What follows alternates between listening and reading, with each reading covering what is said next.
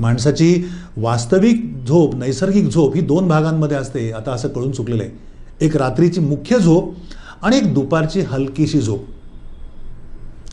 झोपण्यापूर्वी वाचन, संगीत श्रवण अशी रिलॅक्स करणारी कृत्य उपयुक्त असतात.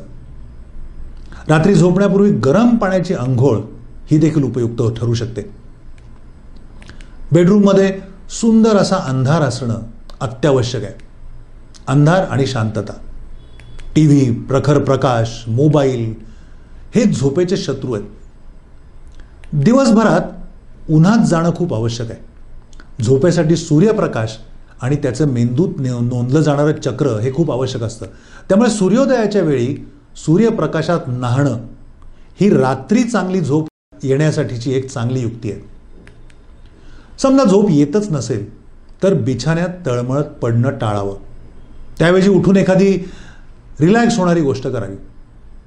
आणि एवढं करून झोप येत नसेल तर सरळ झोपेच्या एक्सपर्ट डॉक्टरकडे जावं. अंगावर काढू नये. स्वतः औषधं तर चुकूनही घेऊ नयेत.